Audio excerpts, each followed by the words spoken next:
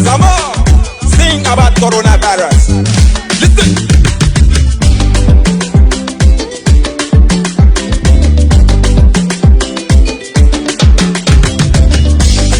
Today for this world, anywhere you go, na corona. For this life today, anytime you go, na corona. Today for this world, anywhere you go, na corona. For this life today, anytime you go, na corona. You go up, you go down, you go left, now side we go run enter. You go down, you go up, you go right, now side we go run enter.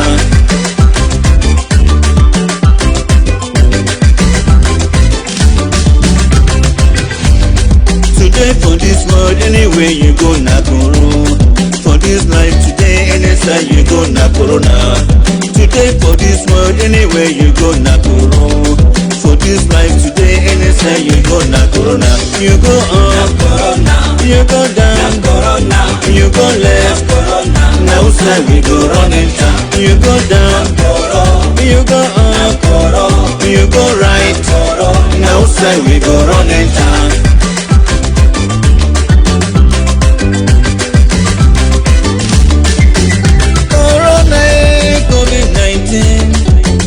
Corona, why you do me so? Corona, why you kill my sister? Corona, why you take my brother go? Corona, you know no rich people. Corona, you know no color. COVID-19, you know no poor people. Corona, you know no man of God. Corona, COVID-19. Corona, why you do me so? Corona, why you kill my sister? Corona, why you take my brother go? Stay inside house, always wash your hands, always wear your mask and keep social distance. Need it shake your hands, need it touch your face. Take your concoction, my brother. Corona, you the spread you the kilo.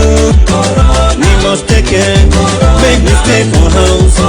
We must take it, make me wash our hands. You are not tired for the concoction. You are not tired for the concoction. We must take it, keep social distance.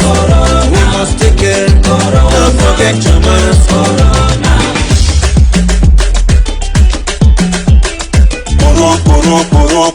Corona. Where do you come from? I beg tell me, what do you want to? I beg tell me, you make me tingling. Now I go tingling.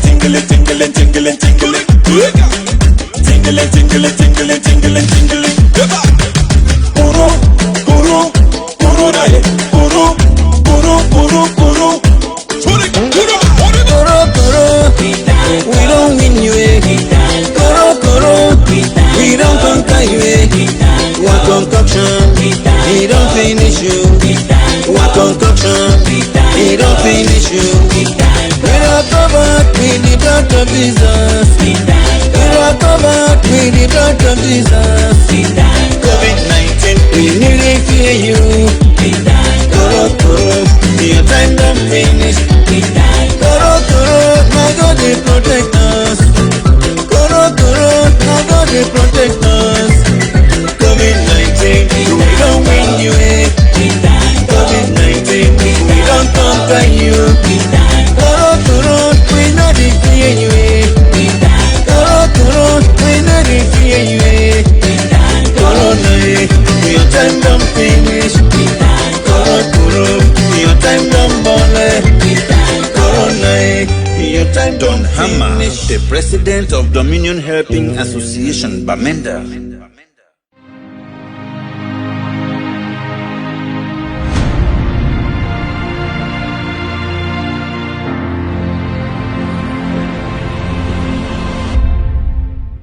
As a child, he attended Mrs. Sam's school, where he developed a love for the arts, playing in Julius Caesar and other Shakespearean roles.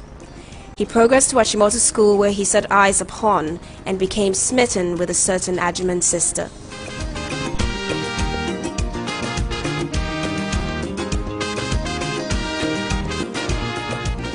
After Achimota School, they went their separate ways. Nana Kunedo went to the University of Science and Technology. While pursuing her degree in interior design, she immersed herself in university life, making lots of friends and taking part in various activities.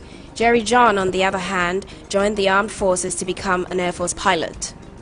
Flying was his passion, and therefore it came as no surprise when he'd won the Speedbird Trophy for outstanding performance in the flight school. The Speedbird Trophy went to Lieutenant J.J. Rawlings for being the best Air Force cadet of the flying training school.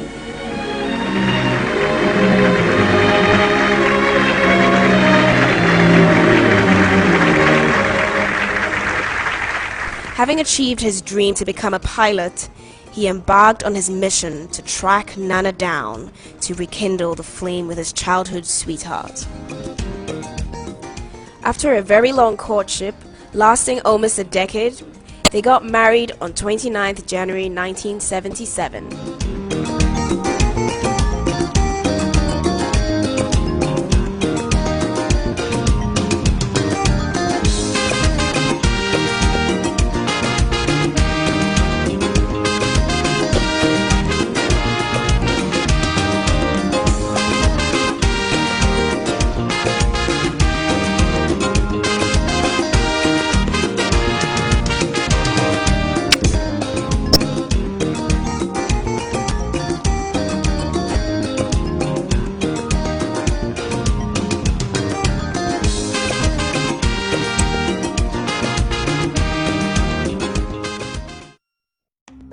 Two years into their marriage, Flight Lieutenant Jerry John Rawlings, like many other Ghanaians, frustrated with their deteriorating economic and political conditions, led a mutiny against the military government at the time. Following an unsuccessful uprising, what should have been a closed military trial was open to the public in an attempt to make scapegoats of Rawlings and his men. For the first time in Ghana, a group of junior army officers had attempted to pull down a military regime made up of senior army officers. One could say that the abortive attempt had been brought about by extremely compelling factors. The trial of the coup plotters was very revealing. J.J. Rawlings, who boldly owned up as the one person centrally responsible for the attempt, gave cogent and infectiously popular reasons to explain why the attempted coup was justifiable. This titanic force, gigantic in all dimensions, broke loose on June 4th, 1979, with J.J. Rawlings coming out of contained cells to lead yet another military regime.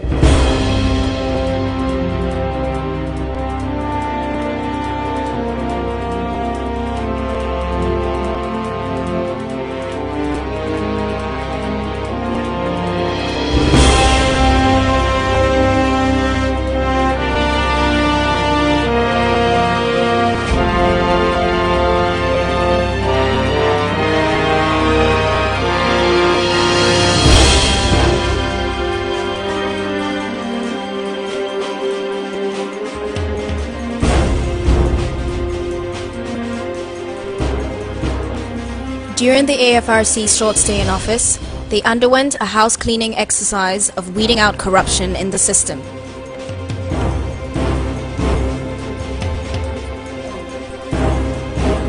The AFRC did its best in the short space of time to throw a searching light into the dark recesses of corruption in the country. After 3 months, they handed over to a civilian government under Hila Liman.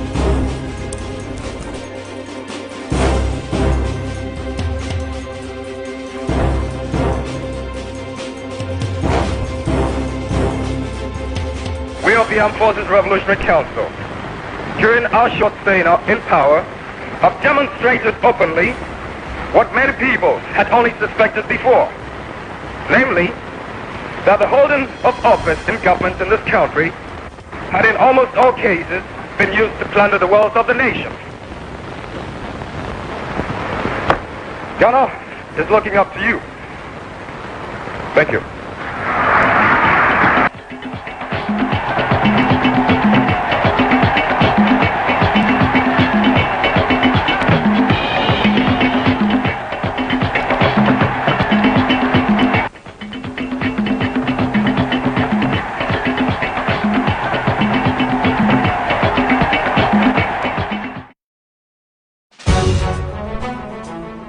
The political and economic situation of Ghana did not improve, and by 31st December 1981, the Third Republic had been suspended to be replaced by the Provisional National Defense Council, led by Flight Lieutenant J.J. Rawlings.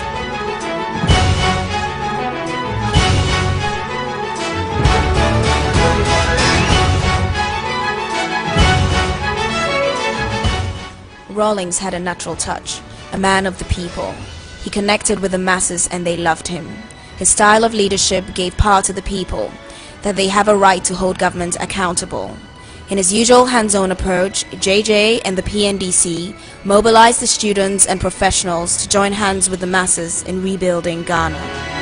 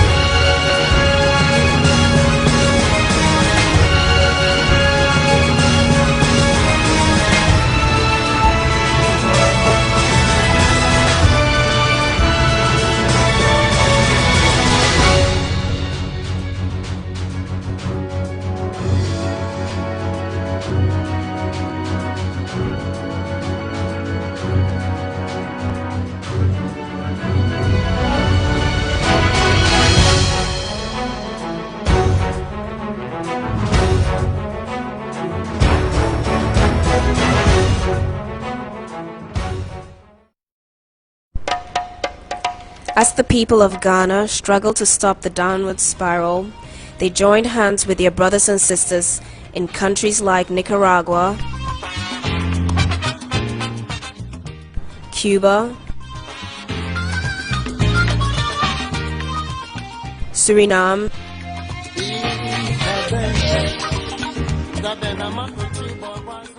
and Burkina Faso in what came to be known as Solidarity in Struggle.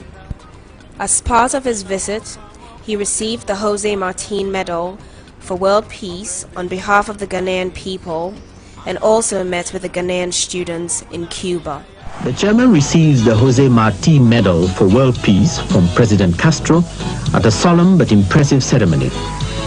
The award underscores Ghana's commitment to world peace and solidarity among nations, particularly those that remain oppressed and degraded by poverty, exploitation, and unprovoked aggression.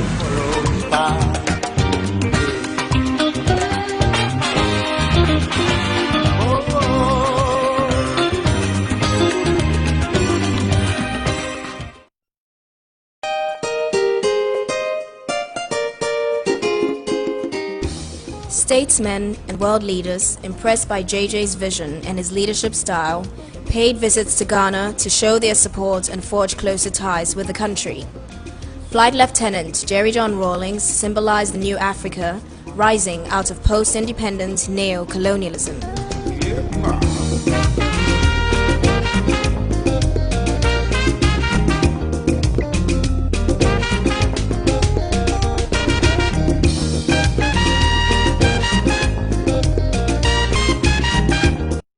My best friend's teeth were disgustingly yellow until she did this.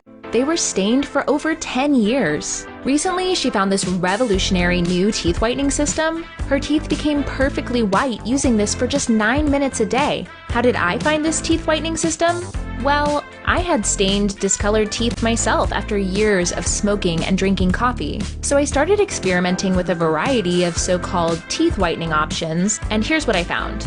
Hint, only one really works. First, I tried teeth whitening strips. What a waste of time. 30 minutes in the morning and 30 minutes at night for weeks. I saw absolutely no difference. My teeth were still stained yellow. Forget strips. Let me just go to a trustworthy dentist, I said to myself. Boy, was I wrong.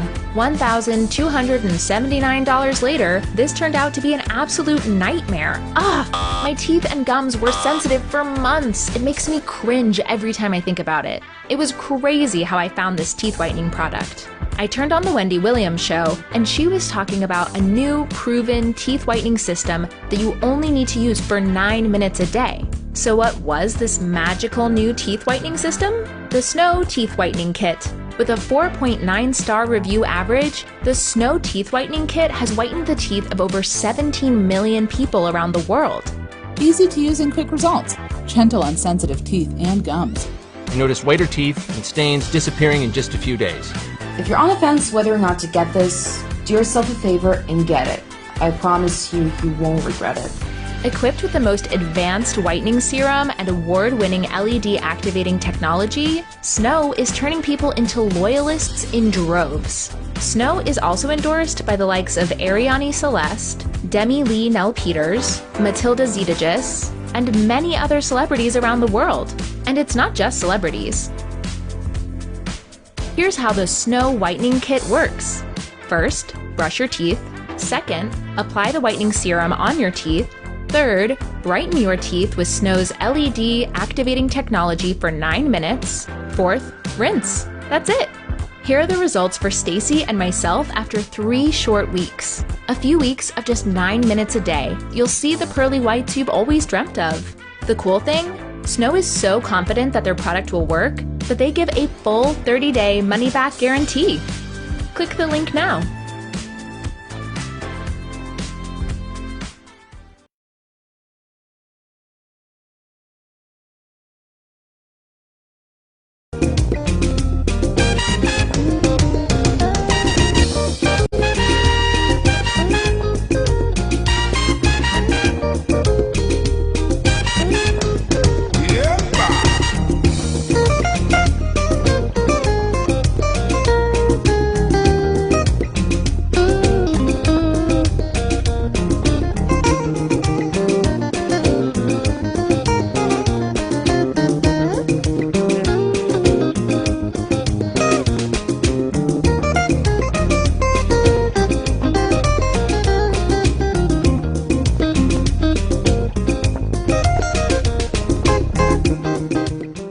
The struggle for Africa's liberation that began with the Founding Fathers was not to be forgotten.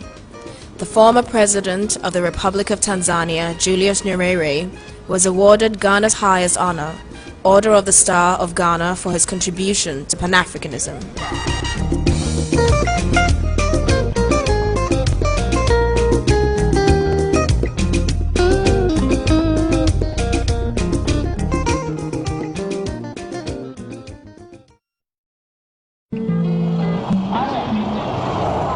JJ's popularity, like the wind, spread to neighboring African countries, and on his arrival at the 11th summit of the Economic Community of West African States in Lome, Togo, the crowds of people lined the streets to catch a glimpse of the man who brought back hope to the Ghanaian people. Yeah.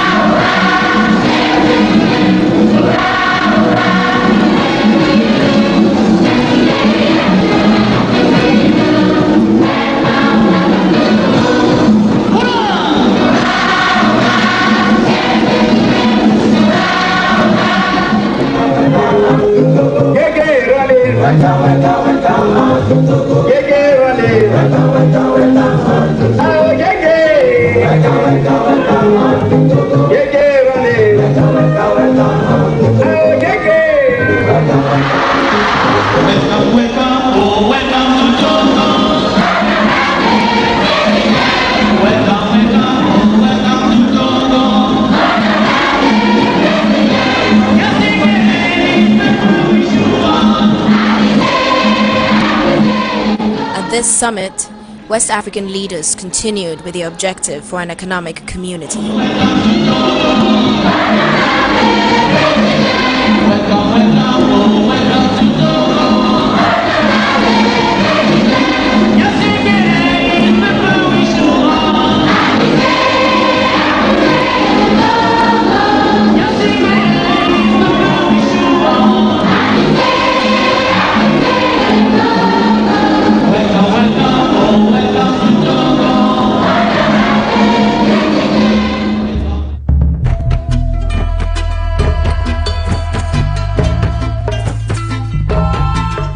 Jerry John Rawlings was welcomed in Addis Ababa for the 25th anniversary of the then Organization of African Unity.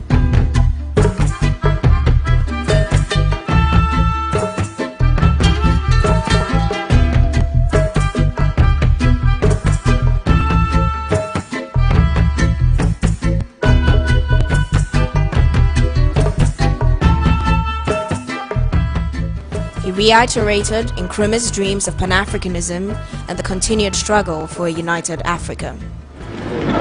Our country, Ghana, played its modest role towards the inauguration of this organization 25 years ago.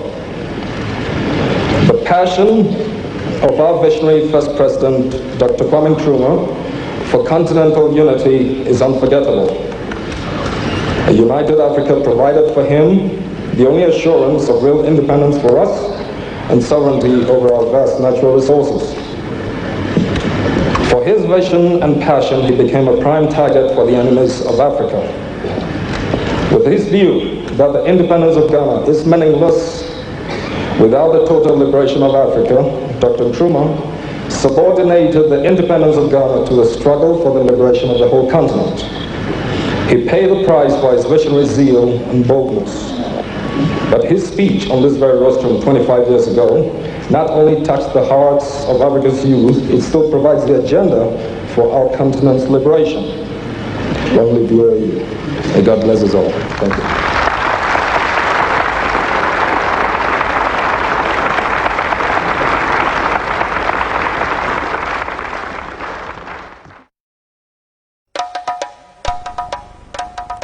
Back on the home front, the process of economic recovery continued, and contact with the grassroots maintained. This kind of popular support kept a strong base for the continued governance of the PNDC. It is only by collective effort that the nation's problems can be solved. There are still some people who would like the nation to go back to childhood. But we are grown up, or should be. We're supposed to be old enough to realize that the nation is now paying the rest of the outstanding bill for those easier days when so many of our resources were squandered.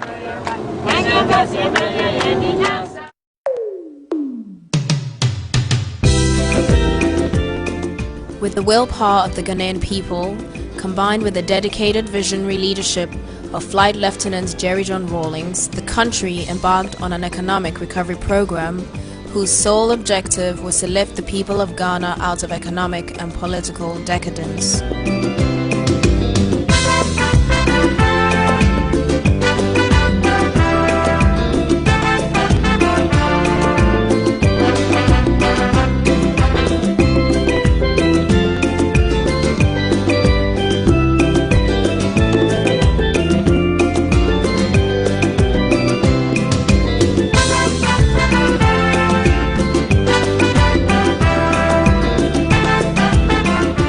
The country's transportation network, which had virtually ground to a halt, was revitalized under the PNDC government through the rehabilitation of old roads and the construction of new ones to link the sources of production to places of export and to assist in the easy movement of people.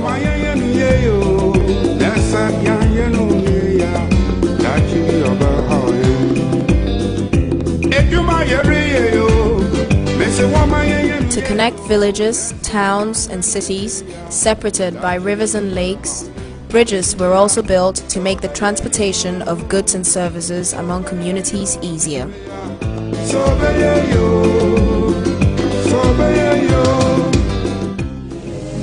This bridge, which we're commissioning this morning, is a long-term investment to benefit our generation and its successors. It is only one of many infrastructural projects that the PNDC is undertaking around the country to ensure that the economy does not falter again. This bridge belongs to Ghana, but it is more yours because it is Ajomoro. It is your property. Do not see it as government property. All of you assembled here are also the government because the PNDC is a government that is or should be run by the people.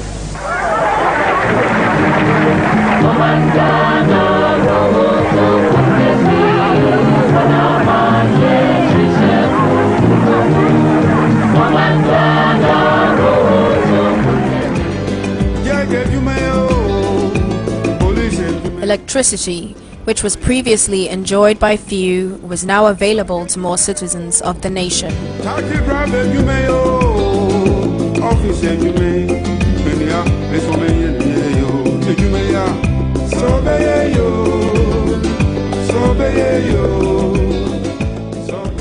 So now that electricity has reached this community, it is important it is used to generate funds for further development. This area, as you know yourselves, is rich in resources. It has extensive clay deposits and also deposits of oyster shells, both of which can form the basis for the manufacture of a variety of products: ceramics, building materials, lime, abrasives, etc. The existing Gary processing industry can be expanded and other agri-based industries can be.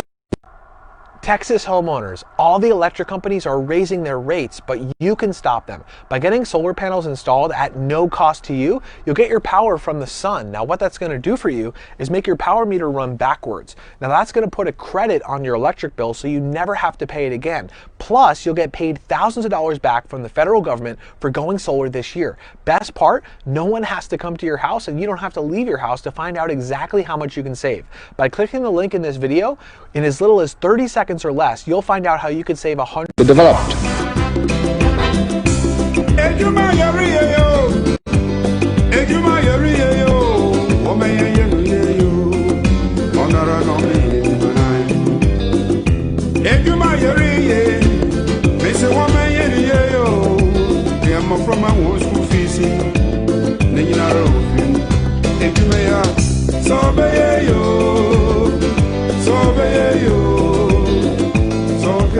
The educational system, which reflected the legacy of colonialism, was restructured and customized to cater to the social, political, economic, historical, and geographical needs and structures of Ghana.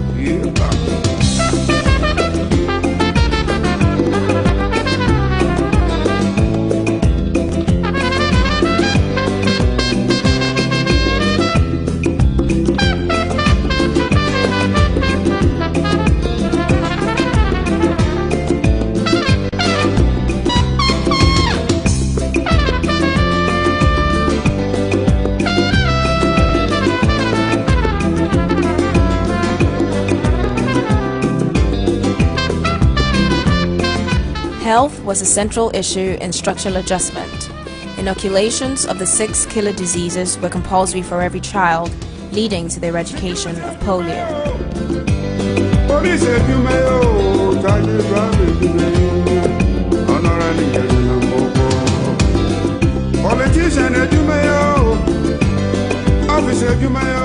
The number of guinea worm cases fell drastically due to consistent education through the primary healthcare system. Bilharzia was another serious disease to be addressed. The dense vegetation growing in rivers served as breeding grounds for snails, which were the primary carriers during the cycle of the disease. Chairman Rawlings got personally involved in the removal of the weeds.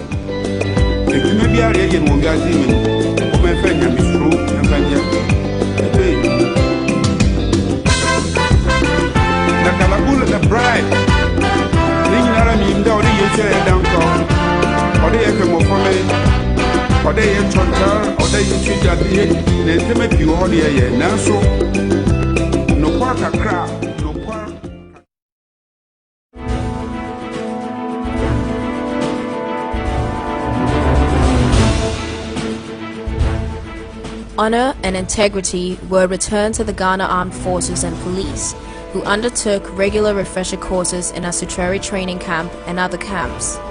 The refresher courses were designed to maintain the alertness of the troops.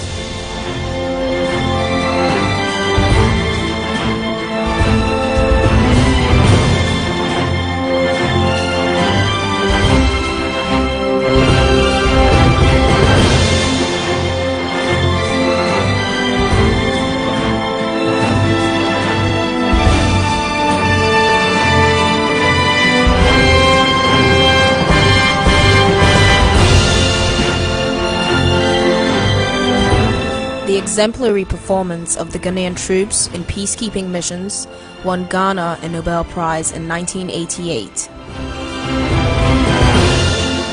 Their dedication to their profession was vital in the fight against smuggling and illegal drug trade, diminishing the supply and trade of drugs in Africa.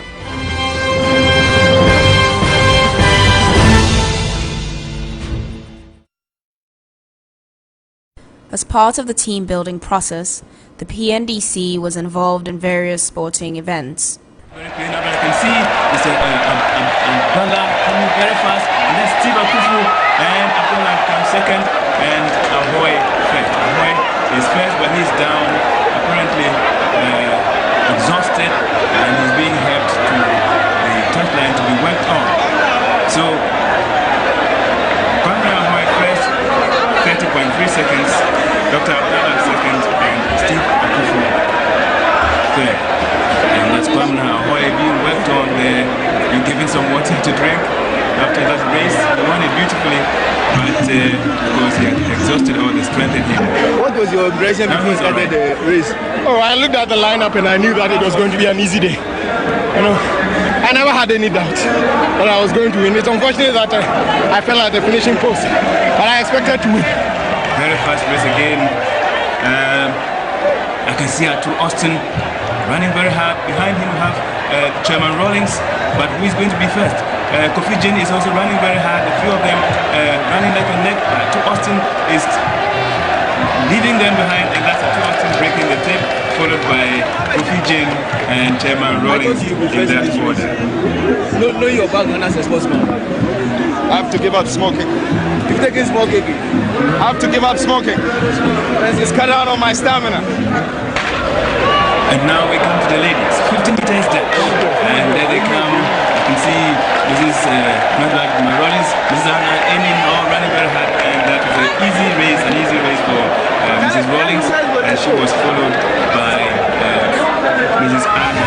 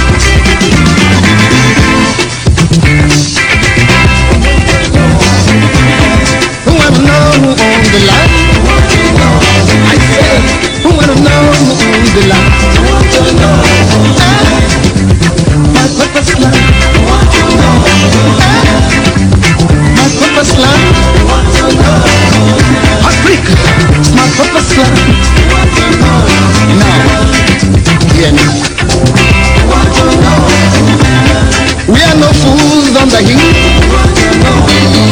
My people are not fools on the heat.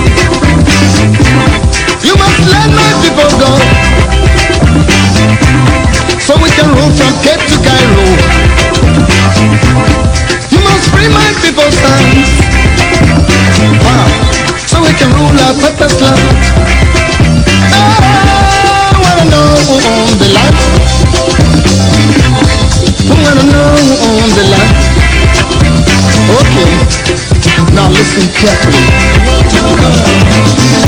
Chinese are ruling the Chinese land. Japan is ruled by Japanese. England is governed by Englishmen. America is governed by Americans. So, Africa must be ruled by Africans. I wanna know who owns the land.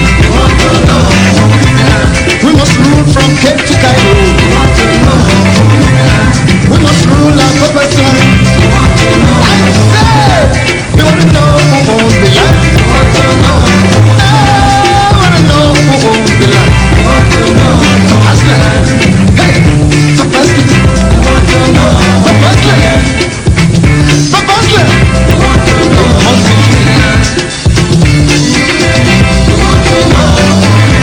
Angola want to know who owns the land. Mozambique want to know who owns the land. Namibia want to know who owns the land. I said, Soweto want to know who owns the land. Zimbabwe want to know who owns the land. African freedom fighters want to know who owns the land. Purpose land. Now listen to the history. With the years since creation. With the years since creation. What does one know? Since the time of sun and sand. Since the time of moon and stars. Since the time of air and sea. Since the time of men and things. We must run from Cape to Cairo. And then we must move our purpose land. Purpose land. Oh! Okay now I want to talk to my people.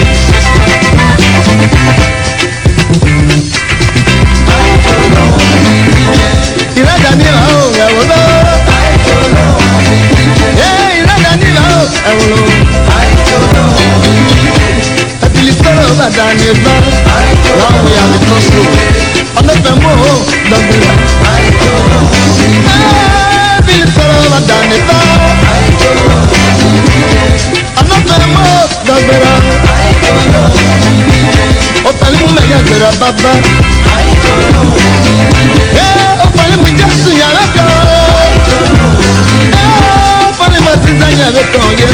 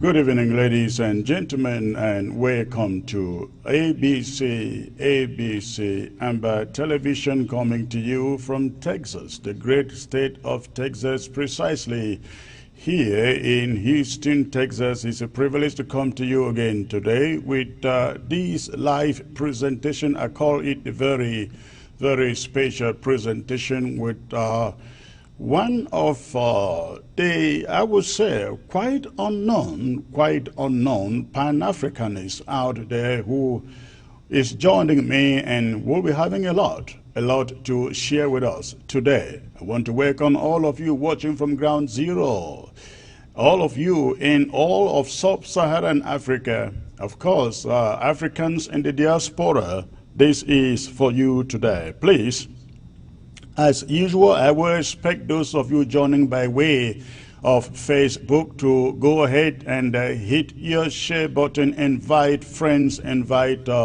Africans. This is a Pan-African show today. It's a Pan-African show today. Everything that you can think of about Africa, we're going to be talking about that today. And so, ladies and gentlemen, again, those of you watching by way of Facebook,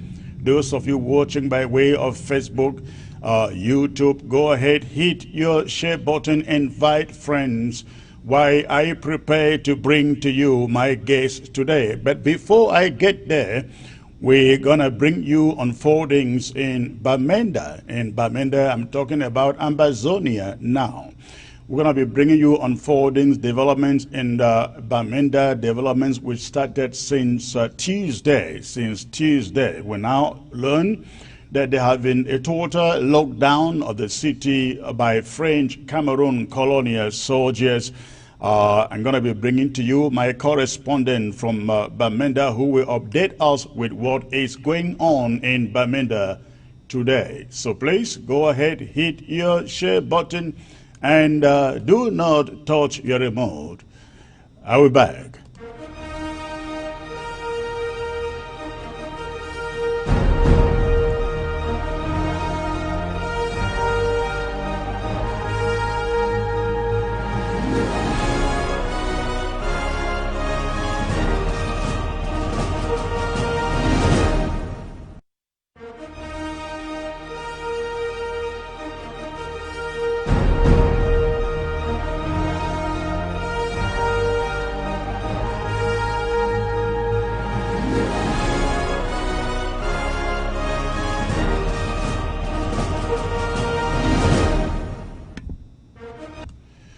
Welcome back, ladies and gentlemen, and thanks for staying put in there. Again, we've got so much to talk about today. We're going to be bringing you updates from Bamenda. We're going to be talking about Africa and African leadership, Africans' mentality. In fact, one of the subjects of today will be titled African Leaders Taking Us Back into Slavery. African leaders taking us back into slavery. We're going to be talking a lot about Africa today. But before I take you into the presentation proper, in the next 5 minutes, within the next 5 minutes, I need at least 700 people. 700 people before I can come to you with this presentation proper. So please, if you are just joining, go ahead and hit your share button. In the next 5 minutes, let's get 700 people right here on the Facebook platform. Let us do that quickly so the people watching by way of TV won't have to wait for us for a long time. So please do that. Let's get the numbers jumping. Let's get the numbers on Facebook jumping, ladies and gentlemen. So remember, I got a very, very important announcement to bring to you by the end of the day. I got a very, very important announcement to bring to you today, ladies and gentlemen. It's a development that we would like to pass into the hands of every African out there. So please, stay put. Let's hit the share button and let the numbers jump so that I can come to you with the presentation. And while you are doing so, I would like to get to Bamenda. To talk to our source on the ground who is monitoring what has been going on in Bamenda, what is going on in Bamenda since Tuesday. So I will try to bring him on board to let us know what is going on in Bamenda. We understand that Bamenda has been shut down Bamenda has been shut down. People are locked home everywhere because of the Cameroon military everywhere in the city harassing people, and life has essentially been brought to a standstill in Bamenda. And so right now, ladies and gentlemen, I will bring you our correspondent on the ground in Bamenda who has been following this for the past 3 days. Hello, Edward. Hello? Hello, Edward. Good afternoon, sir. It is evening. Good evening. Oh, it's good. Chris. Good evening. It's good evening. Right. Thank you for that correction. I hope you guys are safe out there. We are very, very safe. We are very, very safe in Bamenda. It's just that the past 3 days, yes, the past 3 days in Bamenda has not been easy at all. Right. So we understand that today is a total shutdown, a total lockdown. No vehicle, nothing can be found on the streets of Bamenda. Yes, today the 3 local government areas of Bamenda were shut down. On Tuesday and on whose instruction? Is it just coincidental, or somebody actually passed out the instructions for people to stay home? It's not really on somebody's instruction. There is wide rumor that the military is saying that any military shot by restoration forces, if one military is shot by restoration forces, they will give a 1-week lockdown to the population of Bamenda. What is the population saying about that? The population has nothing to say, Secretary Chris, because as early as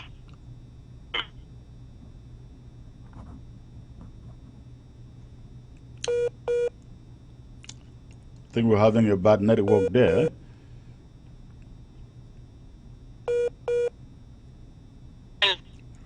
Hello? Hello?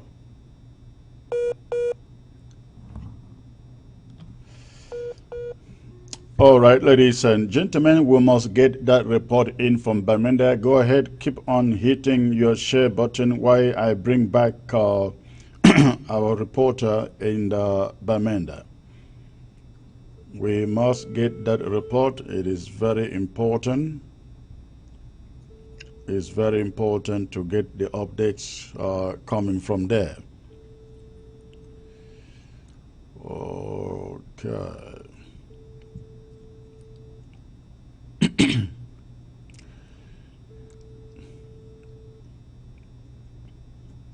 All right, ladies and gentlemen, there seems to be a problem with the network there, but I can assure you that we will get him back.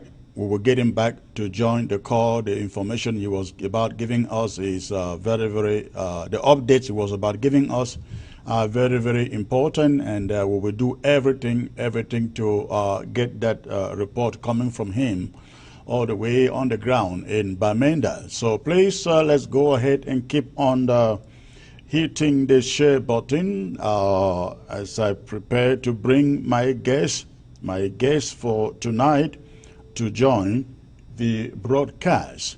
So please, quickly, let's do that. Again, we will get our reporter to join us. Please stay tuned, and do not touch your remote.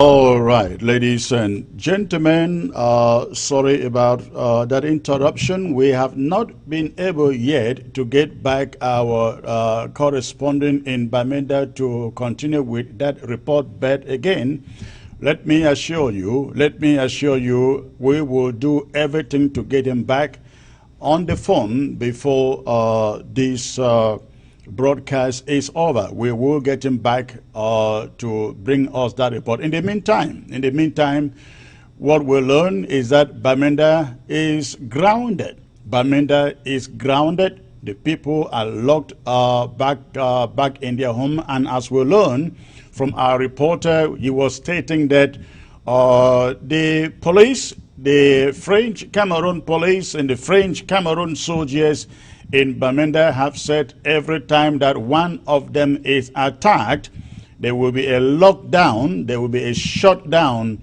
of the city of Bamenda, a shutdown of the city of Bamenda. We're going to be talking about that. I'm going to spend one of these days doing some commentary on that, but we just want to wish that everybody in the city of Bamenda remain safe. We are in a war. And you're going to be seeing these kind of scenarios showing up on a regular basis. So we hope that you remain safe. Okay, I am reconnected now with my reporter in Bamenda. Hello, sir. Hello? Yes, we lost you there suddenly. We don't know what happened. Sorry, my connection. Okay, so you were saying that my connection was interrupted. Oh, okay. I hope we get it right now. But you were saying that the soldiers, the police, French Cameroon army in Bamenda have said every time that one of them is attacked, they will shut down the city of Bamenda. Is that? That is the information we are getting from people around. Some of the people who are close to the military, they say the military is saying that if any of French Cameroon force is gone down by restoration forces, they will impose a 1-week lockdown in the city of Bamenda. If 2 of their forces are killed, they will impose a 2-week lockdown in Bamenda. That is the rumor circulating around, but I cannot confirm that. Now, I was hearing that the lockdown that is currently going on, is it imposed or the people just decided to stay home? No, Secretary Chris, the lockdown is being imposed by French Cameroon soldiers. For example, what happened today at the Commercial Avenue? You find the military shooting in air. When the military shoots in air like that, what do you expect the civilian population to do? Those who were going for their normal businesses, they have to start running away. And that is how the whole town was locked down for today, Thursday. So the shooting started early in the morning or what? The shooting started around 10 o'clock in the morning, 10 a.m. and gradually engulfed the whole city of Bamenda. And I guess by 10 a.m. every shop would have been open by then. So then everybody had to shut down and leave. 7:30, 8 o'clock in the morning, shops are open, banks are open, people go for their normal businesses, offices are open. By 9, 10 a.m. in the morning, when the military starts shooting in the air like that, what do you expect the population to do? People have to start running back home, and that is how lockdown for today came. Now, is this happening just around the city chemist, Commercial Avenue, hospital runabout, Big Mancon area? I mean, what you would call downtown area, or is everywhere in Bamenda? On Tuesday, we heard French Cameroon forces doing control around City Chemist Runabout. Some say City Chemist Runabout, some say Simon Mancon at the entrance to Catholic Church Simon Mancon, right, towards Rendezvous. French Cameroon soldiers were attacked on Tuesday. So on Tuesday, Bamenda, the city, Commercial Avenue, food market in Tarinkon, hospital Runabout, travelers was locked down, but Nkwen, from Mrs. Ngeng Junction coming back to Nkwen, my 4 Bambui area was very functional. That was the same situation yesterday. Town was locked down, Nkwen was functional. But today, I tell you, the whole of Bamenda city was locked down. Now, what are you hearing? What are you hearing from the people? I was reading a report allegedly from a reporter with CRTV saying that the police in Bamenda are now refusing to go out in uniforms because they don't know what may happen to them. They feel like the population has also turned against them, and they fear anyone could go after them if they go out in uniform. Is that true? It is very likely to be true, Secretary Chris, because what I have noticed in town most often when I move in town is that you will hardly see a policeman discussing with a taxi driver alone. They always use the civilian population as their shield. You know, actually what they do in town is they don't control car vehicles. They collect the money. Yes. So when a taxi driver come and park in the morning, when the policeman stops a taxi driver, he makes sure that as he is giving the dossiers of the taxi driver, another taxi driver is by him. It will be very difficult for restoration forces to attack them. So they are using the civilian population as their shield. Most of them. Hold on there. How do they use the civilian population as a shield? I mean, do they have to ask the civilian population to come closer to them or what? What I'm saying here is that they make sure 2 or 3 taxi drivers are by their side. Okay. Either I'm giving a document, the car documents to you with 1,000 francs inside, or I am collecting my car documents from you. You hardly see the policeman stops a single taxi. He makes sure that 2 or 3 taxi drivers are by him. Okay. So it will be very difficult for restoration forces to attack them, because restoration forces don't always like to attack when the population is around. Right. So I guess in the case of Tuesday it was different, or what? Well, the case of Tuesday, restoration forces must have done their calculations very well. In short, the restoration forces always come as winner. You don't even know their modus operandi. Within 5 minutes, they've done the act and they are done. They are gone. Now, so we saw on the, yesterday, I mean, hundreds, probably I think there were maybe over 1,000 people assembled at the GMI police station along the road to Ntarekon there. How did those people get there? Were they, some people say, they were led from the food market to that location. The women were sent away and the men were asked to remain behind, bribe the police. If you were not able to bribe the police, 5,000 francs, you remain there, and we learned that hundreds of them are still there at the GMI, locked up until when they are able to pay these sums of money. How did they get there? Did they walk there, or they were forced there from the food market by the army and the police? Secretary Chris, Jamie police is not far from food market. Right. It is just a small stream separating these two places. Food market and the mobile police unit is just a stream. So it is very certain. When the police are harassing population to collect their money, they don't care whether you have ID card or not. And enter behind the Land Cruiser, enter behind your vehicle, and you go to the police station. So they just pick people and randomly climb, whether you have your ID card or not. He who has might be 5,000 or 10,000 and presses it in the hands of the police is safe. But you, if you don't have, go to the police station, and from there you begin to negotiate to go back home. Whether with your ID card or not, when they are out for money, they must pick you. Right. So, are people coming out tomorrow, or they are not coming out tomorrow? What do you know? Secretary Chris, what I want Southern Cameroonians to know is that even with heavy guns, people were still struggling and moving around. It will be very difficult for the civilian population in Bamenda to respect their lockdown. But let me tell you, on Monday ghost town, our usual ghost town, nobody is seen outside. Nobody is seen outside. But when the military is imposing their own lockdown, if they are in town trying to impose lockdown, Nkwen is functional.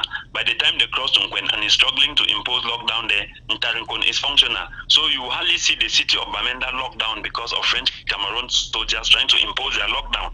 But I bet you on Monday, nobody forces you to stay home. I'm the people not are today. willing to stay home on Monday. The people are tired of the French Cameroon rule.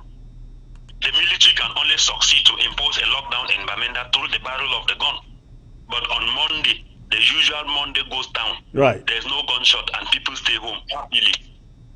That is to tell the French Cameroon government that people are tired of the system. They want to go away. Now, there are no casualties out there today. Have you heard any? Well, this evening we have not learned of any casualty, but by tomorrow morning we will start getting information about what happened today, really. Did the shooting go on through the day, or just went on for some hours? By 10 a.m. today,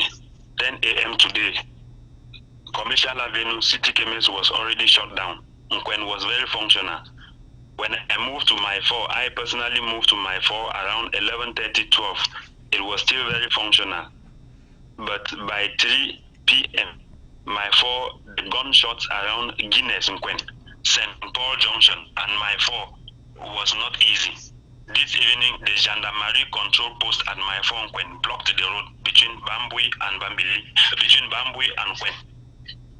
We are reading some reports that in the social media that about 30 trucks of, about 30 trucks loaded with brasserie products were up in the Metasm trying to enter Bamenda. Have you heard anything? Do you know anything about that? People have reported so. Those who left Bafusam and came to Bamenda before the gunshots were intensified has informed us so. But when you hear them stationed at Matasem, that is a frontier between French Cameroon and Southern Cameroon, what are they waiting there? They are waiting for the military to come and escort them downtown. That is very clear. Even fuel tankers, Total, that come to Bamenda, enter the northern zone. When they come, they wait at Matasem in Santa for the military to escort them downtown, because they don't know if restoration forces are going to attack them on the way as they are coming down to Bamenda town. Right. Now, tell me, what do you know about the installation yesterday of this chief of Mendankwe? We are learning that the chief that was installed yesterday was actually the rightful heir to the throne and not the French Cameroon appointed chief that they had planned to install. What do you know? Well, Secretary Chris, I cannot really say anything about that. But far back, our history, especially in the northern zones, are chiefs being installed by the government, were funds being installed by the government. I don't have any idea about that, but what I know historically is that funds are not being installed by the government, or chiefs are not being installed by the government. We now hear of first class chief, second class chief, third class chief. Those are just administrative formalities introduced by French Cameroon to further assimilate the people of Southern Cameroon. If not, in those days, we had nothing like the first class or the second class or the third class chiefs, up to the extent that it is the Yaoundé administration installing them. The Yaoundé administration installs somebody against the will of the population. All right. I cannot say anything because I have no idea. Right. All right. We hope that all of you out there remain safe, and we are asking the population in Bamenda, all of Bamenda Place, if it is not safe out there, stay home, remain home. Do not go out there and get a stray bullet to kill you. And of course, all what they are doing out there is intimidation. French Cameroon will not intimidate Ambazonians, Southern Cameroonians, to any form of submission, to any form of submission. We keep on reminding them. We keep on reminding them, if they think that they can avoid the mediation table, the negotiation table, and choosing force upon unarmed civilians. We can assure them that we have examples of countries that have fought for their independence and they were not in the rush. They were not in the rush to call it off. We are not in the rush to lay down our arms and surrender to French Cameroon. We will prosecute the war until that moment that French Cameroon is prepared to meet us on the negotiation table. And if they had done so, for the past 2 years, I think for the past 1 year, yes, for the past, I would say almost 2 years that we've been talking about the Swiss initiative. If they had done so, I think many of these incidents would have been avoided, many of the deaths and that we see would have been avoided. And if they had mistakenly taken that we are going to lay down our arms, lay down our tools because of their harassment, their intimidation, their killings, we are prepared. We know what the cost of war is. The cost of war is a sacrifice of human life, which is what they are doing. But unfortunately for them, that is always stirring us up, stirring up our people. We saw it last week in Kumba. The woman told the colonial officials in that town they cannot stop respecting lockdowns in ghost towns on Monday. The people are resolved to fight for their independence, for their freedom. So also we see in Bamenda. So no level, no amount of intimidation will cause Ambazonia to hastily surrender, lay down arms to French Cameroon. We are prepared to prosecute this war, ladies and gentlemen, for the next 40 years. For the next 40 years, if that is necessary, if need be, we will do so. Again, we want the people in Bamenda to please remain safe. Remain safe. And in the days ahead, I shall be coming to you with a talking point on the way forward in any lockdown that is imposed by colonial authorities. I heard their governors saying they are going to use their security forces to bring peace and order. Unfortunately, it is that same security force that is causing the mayhem, the atmosphere that we find operating there at the moment. But in the days ahead, I will come up to talk to you out there in Bamenda and in all of Ambazonia on the way forward to this new form of threats and intimidation upon you. Edward, before I let you go, do you have anything else to say, please? Yes, I have two things which I want the people of Southern Cameroon to know. Okay. Very soon it will be 1 year. Very soon it will be 1 year. As Yaoundé said, they have given us a special status. They said they have given us special status. That was in October 2019. Right. This is October 2020 coming 1 year after. Right. What has changed? What has changed? Any single kilometer of road that in northern zone or southern zone, what has really changed? So I think we should be prepared to go out and celebrate the first anniversary of this empty special status declared to us by the Yaoundé regime.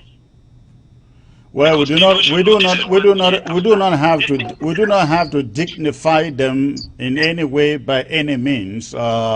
Celebrating its Secretary Chris is a mockery to the Yaoundé regime, because 1 year after the special status declared to us or given to us, what has changed? Right. Absolutely nothing. The next thing I want people to understand is that our elites who are working with the regime in Yaoundé keep saying that people in the diaspora are giving us instructions and we are following them. Schools are not going, they are deceiving us, and their children are going to school. The nonagenian dictator, the 90-year-old dictator who is in Yaoundé, or the ministers in Yaoundé are their children in Cameroon? Are their own children in French Cameroon? Their children Of are course also not. abroad. Right. They in Yaoundé sending you to come and fight in southern Cameroon. You are going to fight for who? Somebody who is 90-year-old. Is his family in Yaoundé? You going to fight? Do you have any future? You are going to fight for somebody's territory. You are going to fight in somebody's territory. So I just want people in Yaoundé to understand that except you are foolish. If I'm the one, I will not go. I'll ask you to go and fight. I will not go. All right. In the northern or southern zone are defending their territory. They are in their territory. The old man in Yaoundé is sending you and you are going to where? Where are you going to? It doesn't make sense at all. All right. Thank you. Listen, I have an assignment for you. I need you to investigate, because I listened to this announcement yesterday of the so-called regional elections. Regional elections. We need to do a story on that, and I'd like you to stay on top of it, to carry out some investigation. Let's know how it is being organized and where those elections going to be taking place and who precisely is going to feature in those elections. So work on that, and we shall come back to it in the days ahead. Thank you for joining, sir. Thank you so much, Secretary. Please. All right, you remain safe, please. All right, ladies and gentlemen, that was it from Bamenda. At least we know what is going on there in Bamenda now. The people are locked home. The people are made not to go out, not by their own wills, but the will of the invading French Cameroon army. And once more, let me say this very, very clearly to the invading colonial French Cameroon army, that there is no way that any form of intimidation coming from them is going to subdue the uprising Ambazonian, Southern Cameroonian people who want nothing but a free and independent Southern Cameroon. So again, in the days ahead, I'm going to be doing a lot on this subject, ladies and gentlemen. But in the meantime, all of you in Bamenda, remain safe. And remember, Mondays remain our lockdown, ghost towns days. Our lockdown, ghost towns days. And let me assure those enemy forces invading our towns and cities, you continue to make the lives of our people a living hell. We will make sure that none of you put on any colonial uniform in any of our towns and cities. Yes, that is what will happen. You will make the lives of our people a living hell. We will make sure that none of you will walk freely on the streets of Ambazonia with a colonial uniform on your body. So, okay. Thank you. That is it, ladies and gentlemen. Today I am joined by a very, very powerful Pan-Africanist. I was supposed to be coming to you today with Dr. Ambassador Arikana, but unfortunately something came up as an emergency and she could not be here. However, my exclusive guest for the day is here, and I am talking about Dr. Israel. Dr. Israel Davidson. The middle name is a little tough there to pronounce, but we will get there soon. But I am joined by Dr. Israel Davidson, who is joining me all the way from London. Lots and lots of you out there have probably listened to him. In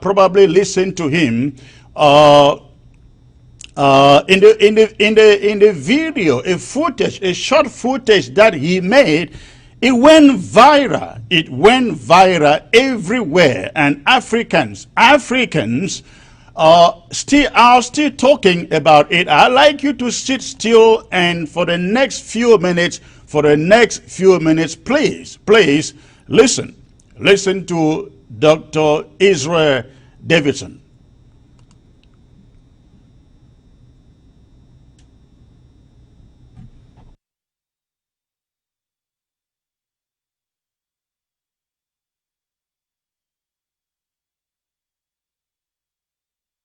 Please lend me your ears and concentration for just 4 minutes. Now, for several years now, I've had the privilege and blessing of traveling, working with professionals and educating students across the world. UK, China, Singapore, Malaysia, South Africa, Greece, and counting. However, ever so often, I engage in soul-searching thoughts on Africa, Nigeria, our homeland, and the black race in general. You see, I can't seem to work out why, despite abundant human and natural resources and exemplary achievements of Nigerian professionals abroad, our nation remains backward in all indices of human progress. Look, recently, a 1988 statement by William Botha of the apartheid South Africa challenged me to tears. Now, he said, black people cannot rule themselves because they don't have the brain and mental capacity to govern a society. You give them guns, they will kill themselves.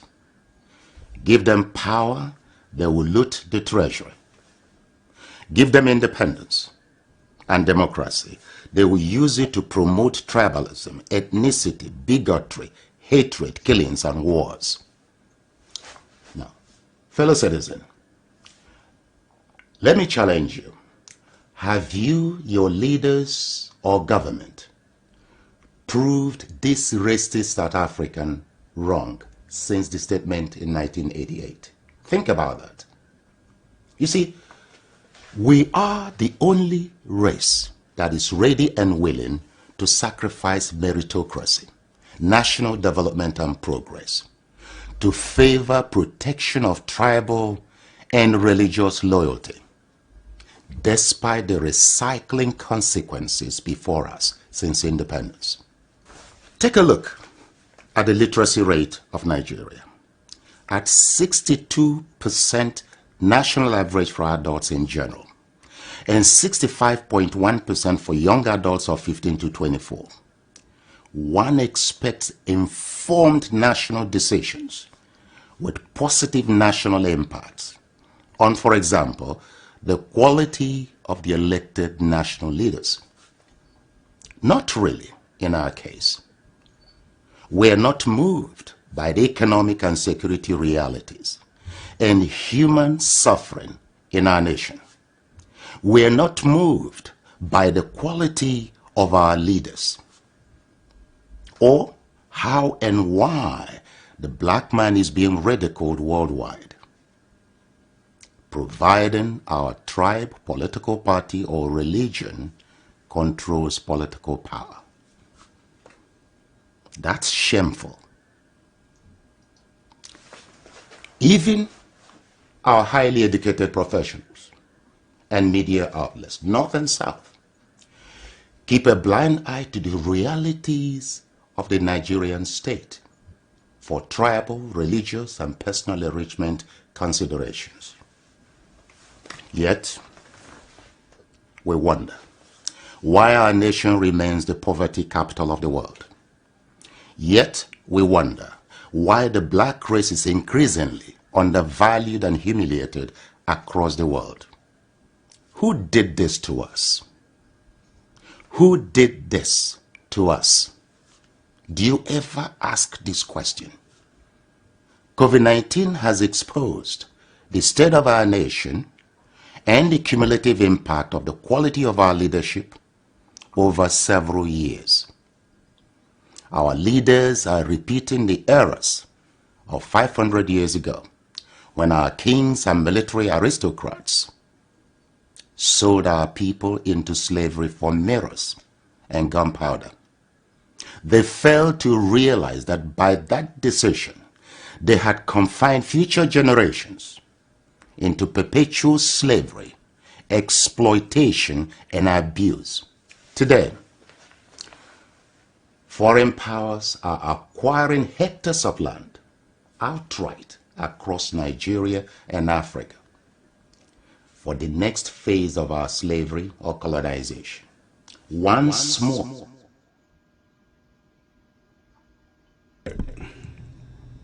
All right, ladies and gentlemen, I am joined by Dr. Israel Davidson, joining me from London, and let me just do this. Dr.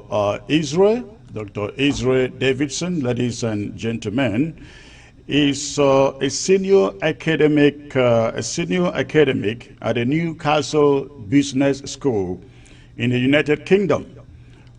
Is the United Kingdom's chartered management accountant and a 2019 presidential candidate in Nigeria.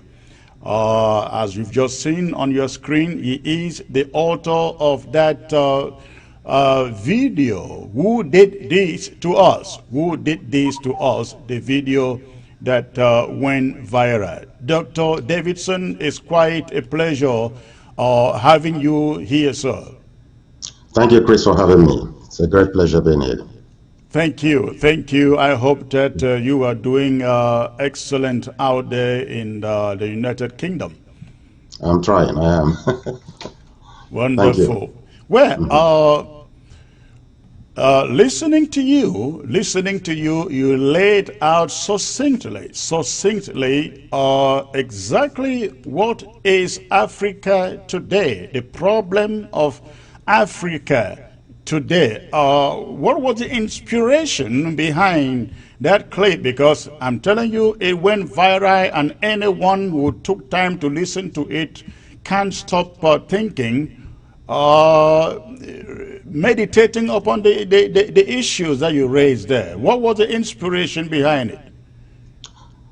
Thank you, Chris. I tell you what, I've had the opportunity and the privilege of traveling across the world. Not actually on holiday, no, to do my work, which is in education, consultancy. I've traveled quite extensively.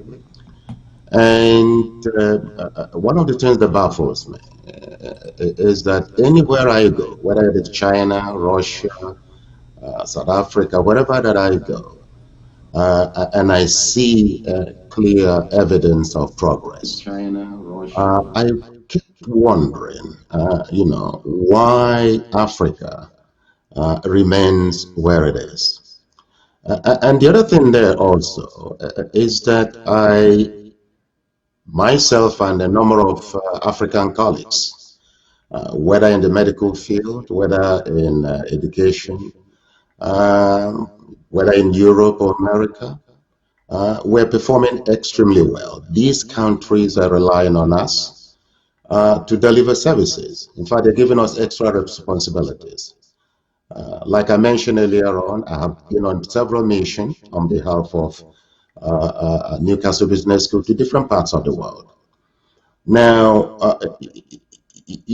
at some times, I think I was on a conference in Russia, where one of the top officials called me by the side and asked me and said, "Look, you guys are very good. I've been to various conferences around the world, and I see Africans, and you guys are very good at what you do. Why can't you help your country?" And I think this has been bothering me over time until I came across that disturbing 1988 statement by William Botha. And I think it hit me like a bullet. And I couldn't control myself. Actually, I shed tears a little bit because, like I said, there are capable Africans all over the world performing extremely well. So how come our own mother continent, we are so behind? We have the natural resources, we have the human resources. God has given us, favor. We have the sun, we have a virgin land, so many things.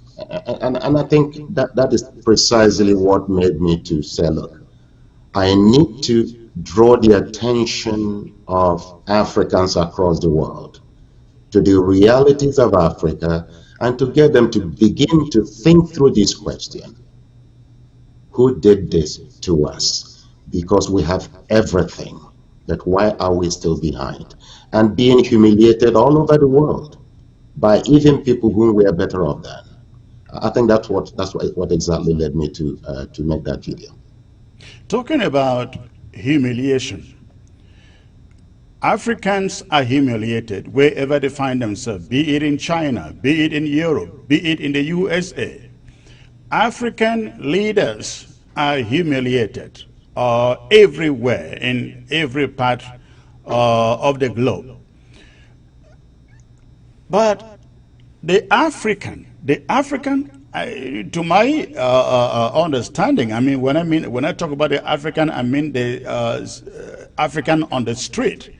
The problem, I've always said, the problem of Africa is the African leader who is exposed enough to do what is right. Most of them studied in these same countries, in London, in France, in USA, but they do nothing back in their own countries to change the lives of their people, and which is why we are humiliated and ridiculed everywhere across the globe. Am I wrong?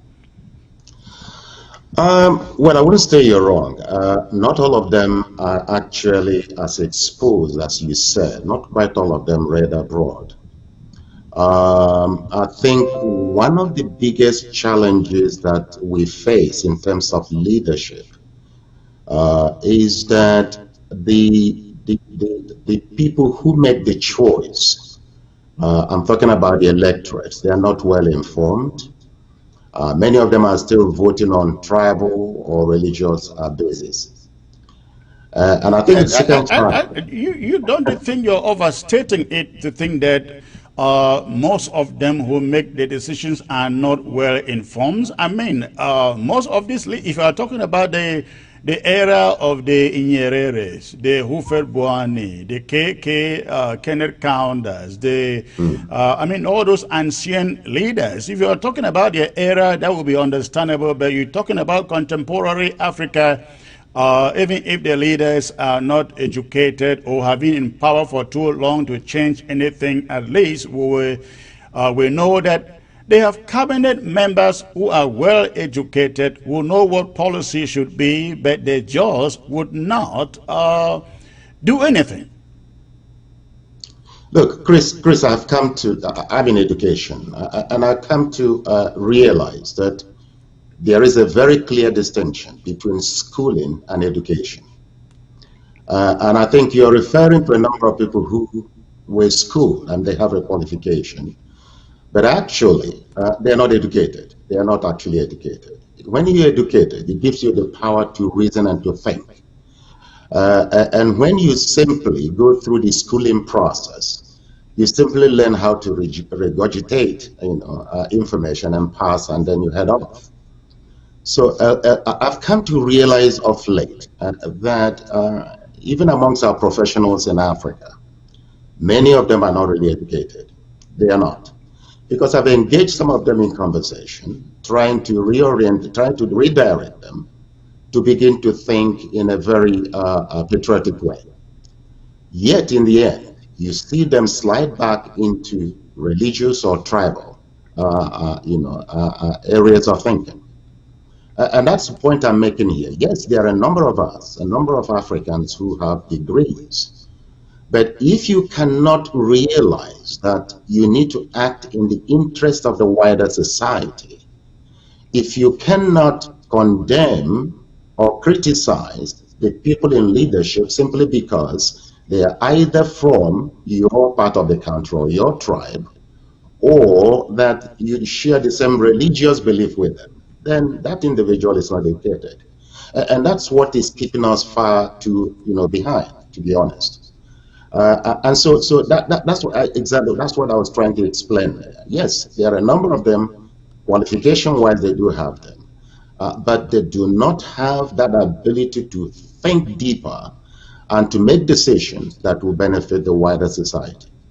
that for me, that's not dedication. Now, you talked about the African leaders preparing us for the next colonization of Africa. And what did you mean by that? I think what I mean by that is that, you see, if you look back into history, one of the things I have learned, in my research is that I think I need to be careful here. I don't want to overgeneralize. But a lot of people in power, even within the slave trade era, were so selfish and greedy that they were prepared to make decisions to favor themselves just in order to acquire a foreign gift or a foreign object, just to be able to make sure that they look different, in the eyes of, their colleagues. And so, if you look in recent times, let me refer to the issue of China, for example. There is, everybody's afraid of China at the moment. Right. If wherever you go to, you have series of articles wondering whether China is the next colonial master. But if you look at it very carefully, you realize that, China arrived in Africa with two prone attacks. They arrived as business people, which of course, if you're a business person, you have to evaluate the environment in which you're going to invest. And then, of course, you make your decision to protect your own interest. And the Chinese government, though they are giving, loans, those loans are not free gifts. They realize the terrain, the African terrain, where those investments are going into. Right. They realize the level of corruption amongst our leaders. They also realize the possibility that some of those loans may not be recovered. Of course, they had to impose conditions to protect themselves. However, now this is where I am talking about our leaders preparing us for the next phase of colonization. Anytime there is a discussion, a business discussion between two parties, let's say in this case between the Chinese government and an African government, negotiation is about two individuals discussing and arriving at an agreement that is suitable to both of them. Now, unfortunately, for whatever reason, a number of these African leaders are prepared to sign documents they can't even read. Let me give you an example. In Nigeria that I come from, it was discovered recently that a number of loan contracts were written in Chinese. And African and Nigerian officials signed this document they cannot read, they cannot understand. Right. And hidden inside that document is a collateral on our national assets. Now, how could you make such a dangerous decision? It's a very, very, Now, careless who do you blame for that, though? No, I blame the leaders. I blame those people who went for the negotiation, of course. Yeah, of course, I do blame them. And that is why I'm saying that they are preparing us for the next phase of our colonization. Right. So if China, within the contract, have written some terms and conditions that are not favorable to us, and our leaders signed on the dotted line, and the Chinese are giving more and more loans, and with the hope that in future, if there's a default, they will have to lay hold of our national assets. Isn't that the beginning of our problems? Yes. And I think the other thing also, if you do your research, you discover also that a number of countries, including Saudi Arabia and others, are acquiring land across Africa, either for agricultural purposes or whatever. And that most of the land they've purchased are outright purchase. So you are looking at a situation that in the near future, Africa will be colonized, the land will be dominated, and we're looking, almost going towards what happened in South Africa and apartheid era. I think that these were some of the considerations I had in mind when I spoke about our leaders, preparing us for our next phase of colonization or slavery. Now, you talked about a number of things that the Chinese are doing. Now, there are two countries that have really severe weight on Africa at the moment, and I'm sure you have witnessed this. It is the Chinese and then the French. The Chinese are the neo-colonialists, while the French remain the colonial masters. When you look at all of Africa, the most underdeveloped countries in Africa remain French colonies. And somebody has said, when the colonialists left, the French never left. The French, you look at Mali, you look at Gabon, you look at, all over the place, Ivory Coast and so on and so forth. The French never left. Now, the Chinese have come. And they are even doing much more than what the re-colonialists did. I think Africans are realizing this very, very late, because when the Chinese started coming, everybody was hailing at them because they saw them constructing roads, they saw them building schools, they saw them building hospitals, and they thought, oh, these guys are really good friends. But little did they know, as we have said, our people are signing documents without reading them, and they are signing the next generation of Africans into the hands of the Chinese. And then the Chinese are giving Africans these loans, but they give the loans with the right hand, take it back with the left hand, and that when they give you a contract, they make sure that it is a Chinese company that is executing that contract. It is a Chinese employee that can work on that contract. So they end up taking everything back. So look at the rule. I want you to take a look at the rule of the Chinese and the French in contemporary Africa. Well, look, I always want to look at these things from two angles. First of all, I think we need to give the Chinese some credit. The Chinese were under communism for so long, and I know that we were all educated to hate communism, to believe that communist countries are backward and all that.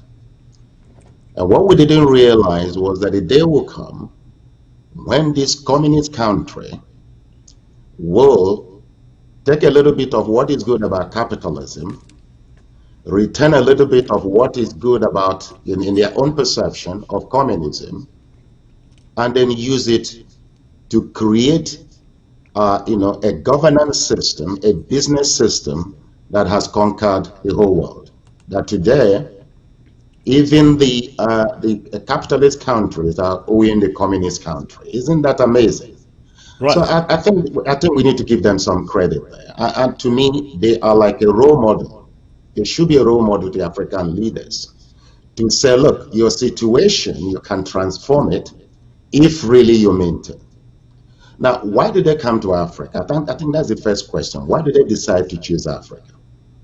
Remember that the Americans and Europeans that were there, they had all the money for several years, but they never invested in Africa the way that the Chinese have done. The terms of their loans were conditional. They had to use it to condition the behavior of our leaders, knowing too well too that they are corrupt as well. Now, the Chinese made a decision that Africa holds a promise: economic growth, prosperity of the future. So while the Americans were sleeping, the Chinese were able to realize that Africa actually is not a dark continent. And so they made that conscious decision to penetrate into this market. It was a risk to them, it's a risk that they took. Now, like every business person, that's the point I was actually making, they had to lay the conditions. They were coming to Africa for natural resources. They were coming to Africa for cheap labor, but also realize that African countries are also very poor. and that some of the loans they will give may not be repaid. So they laid some conditions and said, look, if you don't repay us, we will have to hold some of your national assets. Now, our leaders had the choice to make a decision, either to walk away, but because of greediness, lack of education, selfishness, and also, Chris, one other thing I believe is that because most of these leaders surrounded themselves with their tribesmen and women rather than people who are qualified and capable. So when the Chinese present their specialists during negotiation, the period, the African governments were not able to provide people of capabilities. And so when eventually the deal is signed, it has always been against the African countries. So I don't want to blame the Chinese 100%. I don't want to blame them 100%. I think the blame should be shared between our leaders who are so myopic, selfish, greedy, and tribalistic. And there is a lesson there for us. So to be honest, I'm not one of those people who is prepared to put all the blames on China. China is doing what they are doing in the interest of their own nation. They want to grow, they want to continue to dominate the world. It's not a wrong ambition. But I get the point. I get the point that you are making there. We cannot put all the blames on the Chinese, or at least our leaders. I would say we should have at least 60% of the blame because they signed the contracts, and unfortunately, without reading the contracts. Now, last year, 2019, you ran for the presidency of Nigeria to become Nigerian president. Let me ask you. Knowing these kinds of agreements that the Chinese have signed with African leaders, in fact, some of these contracts were signed in Nigeria with the Nigerian government, with the officials not reading through the document before signing it. If you had become president of Nigeria, what would you have done with those contracts? Just let them go on until they expire, or you call the Chinese, sit on the table and say, listen, this is an unfair trade. We've got to do something about this. What would you have done, sir? Well, I think it depends on the stage of the project itself. If these are projects that are still not yet started, and if they're very important for the development of the nation, I'll ask for renegotiation. And then if the Chinese are not prepared to renegotiate, of course, we have to terminate that. And I will do what most leaders in Africa fail to do. You terminate it, you broadcast to the nation, tell them the reasons, tell them the benefit of the project, but tell them that because of the conditions imposed by China, you are not prepared to hold future generations hostage. And I think I will be supported by my people. There's no doubt about that. But if it is a project that's already underway, I mean, the project has already, started, because of the terms, my understanding is that the Chinese build in a clause that even makes it difficult once you have started the project, to cancel it. In fact, it becomes even more expensive than completing it. In that case, bearing in mind that Chinese are powerful economically, military, and other things, they are very, very influential at UN. We will have to, continue with that project. But what I would then do is to prosecute all those who were involved in negotiating that contract and freeze their assets. So their assets will be part of the collateral for the Chinese loan. I think that's one of the things I would do without actually thinking too much over it. They'll be lucky not to be in jail, but like I said, they'll have to be prosecuted. No doubt about that. All right. You mentioned something about COVID-19. What Africa suddenly wake up to discover. One thing that most of us observed was the attitude of the Chinese on Africans in their country. You will recall that when that thing escalated, the Chinese first tried to blame it on Africans, bringing it into China.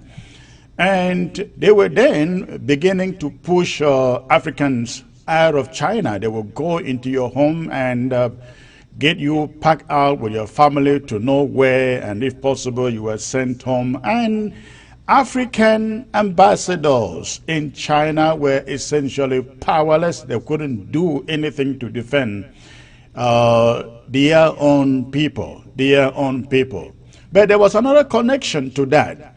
The big media, I'm talking about the big social media, the YouTubes, the Facebooks, the Instagram, the Twitters, when Africans protested that Chinese treatment of Africans.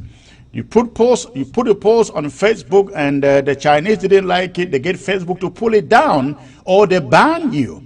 You put a post on the YouTube, and the Chinese didn't like it. They get the YouTube, Google to pull it down or ban you entirely from posting anything about the Chinese. And this continues to today. How can Africans, and I'm not talking about the leaders, how can Africans fight this kind of imperialism, 21st century imperialism? Well, that's a very good question. Let me tell you, Chris, I've been to China several times. I've been to several cities. Racism, if you mix with the Chinese officials, they treat you with all the respect that you deserve. But the common people in the street, they see you as subhuman and all that. Now, the behavior of the Chinese during the COVID-19 was a very, very big surprise to me. Now, the reason why it's a surprise to me was that China,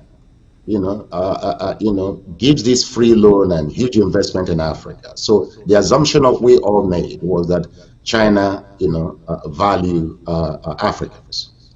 But of course, that their behavior at that point in time showed to the contrary. The other thing is that the Chinese knew that Africans had nothing to do with COVID-19. And yet, in their communist ideology, where they do their own things, they decided to frame Africans. And to be honest, it got stuck, because even though some of us in UK here, you will see that when some people see Africans coming, they were almost running. I mean, the Chinese succeeded in painting anybody African to be a COVID-19 carrier. Now, the question is, what should we do? Now, the first thing is from our own government, to be honest. Our governments did not protest as they should.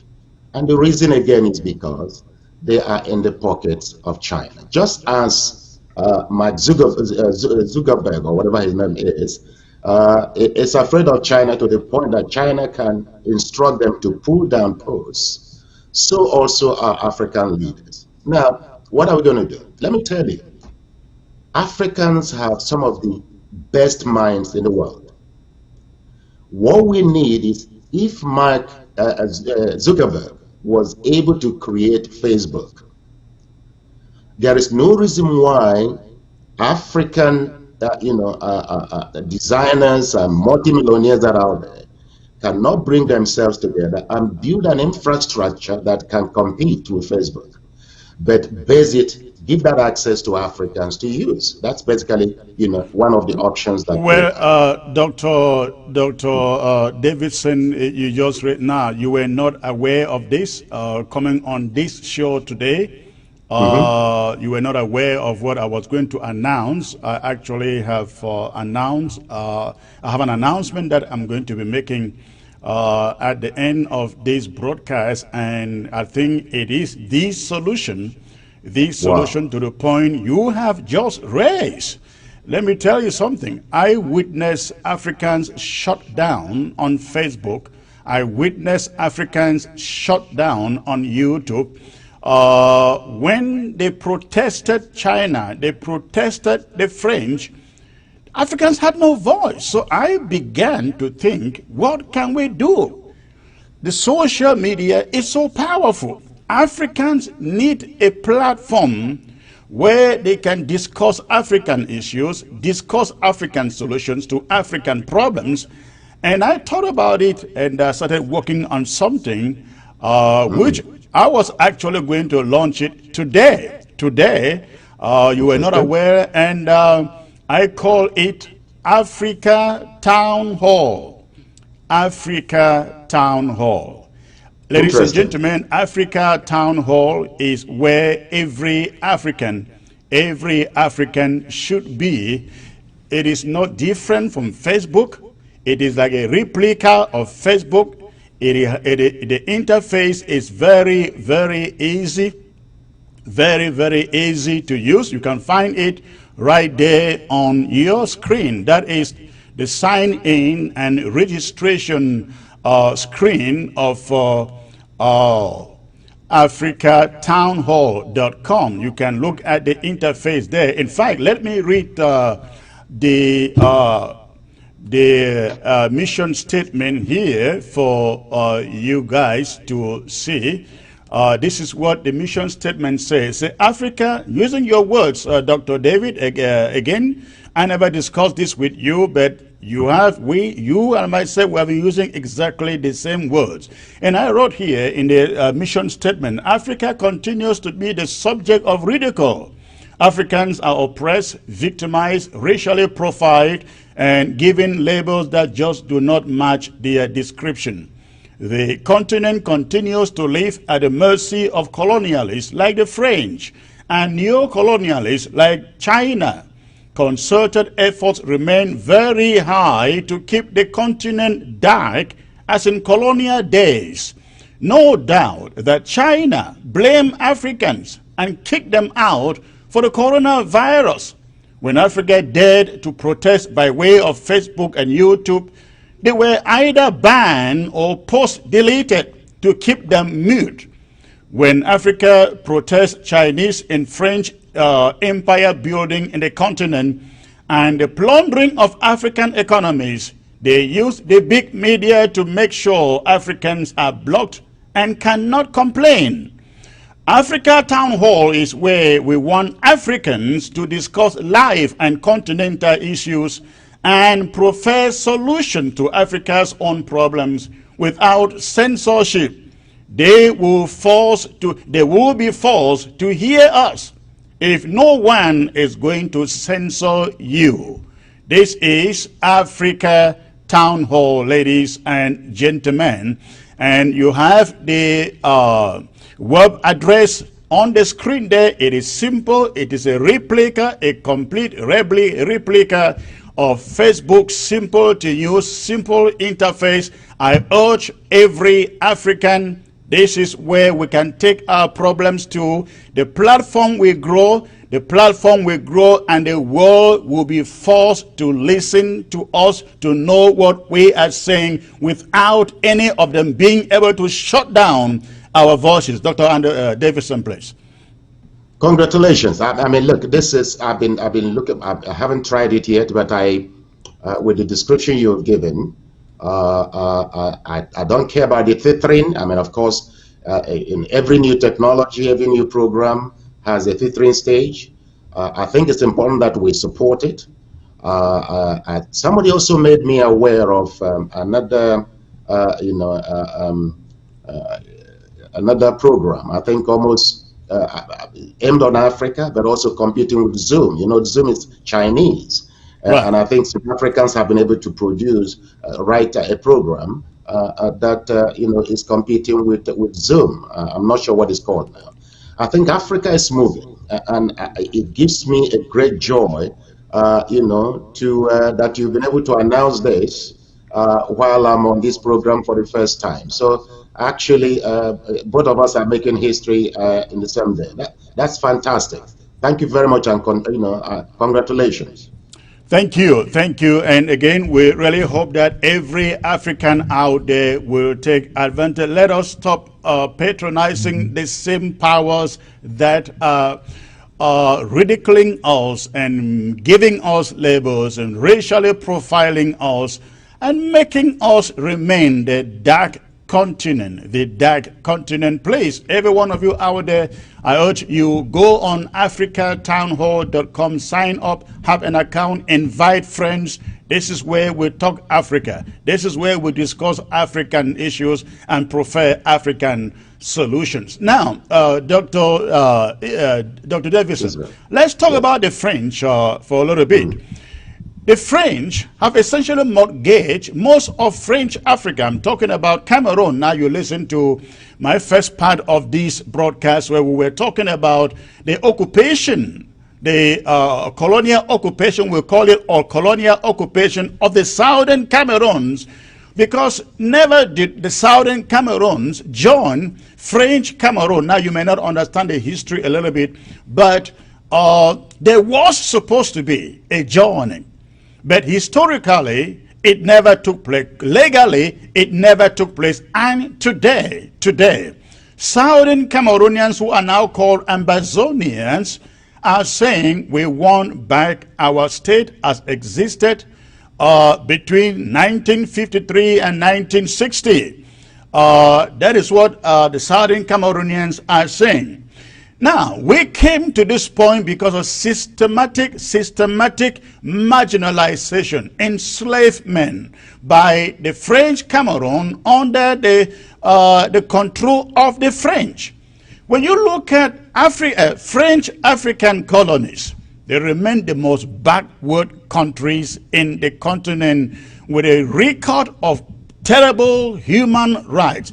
Please, how do we get rid of this French influence, overwhelming influence on African countries? Look at what Rwanda did. Cutting off from the French, Rwanda is a much better country today because they cut off the French. What is your solution, your preferred solution to this, sir? Let me tell you, Chris, I'm happy you mentioned Rwanda. Well, I'm also happy because I didn't realize that Rwanda was once, under French colony. I'm not aware of that. Now, whatever Rwanda has done, I'm a fan of Paul Kagame. I'm a fan of that guy. Whatever that he has done that has made it possible for him today, a very small landlocked nation that went through hell, genocide, to be among some of the best economies in Africa today, shows that Paul Kagame, there is something he knows that other African leaders don't. Now, with the French, I think the starting point there, like I said, is to learn from Paul Kagame and see what he did. I'm not sure how he did it, but I think it would be good if he can write a book to tell us how he did it. But African leaders can learn from Paul Kagame, Dr. Paul Kagame, as you said, you were not aware, but Rwanda was a French colony.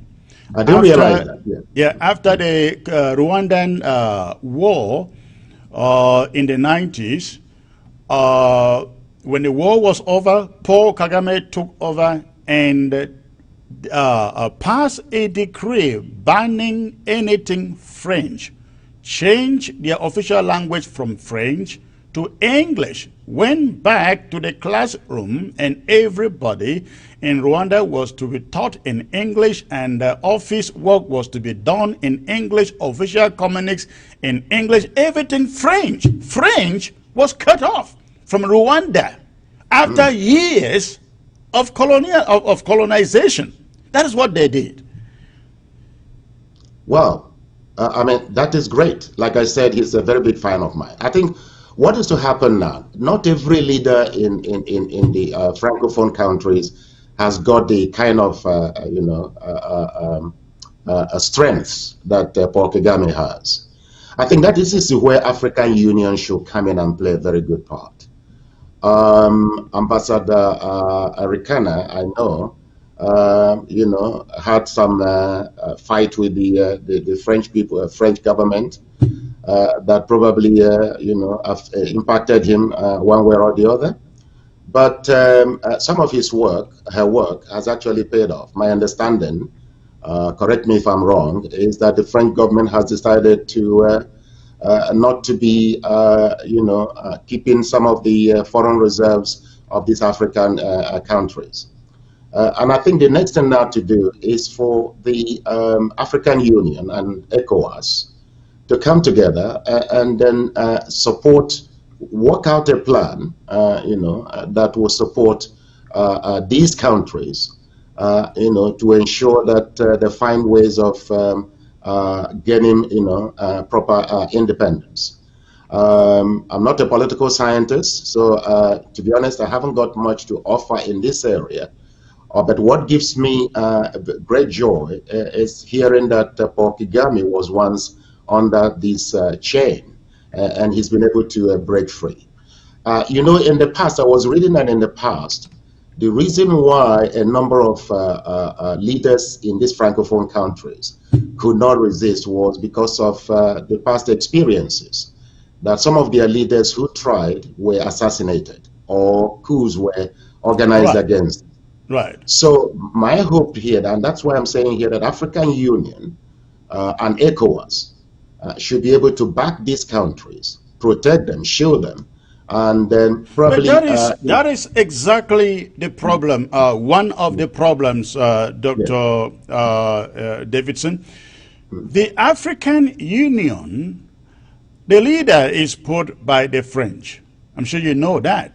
The leader of the African Union is put there by the French. He is there for French interests. ECOWAS. When you talk about ECOWAS, imagine how many French countries are in there.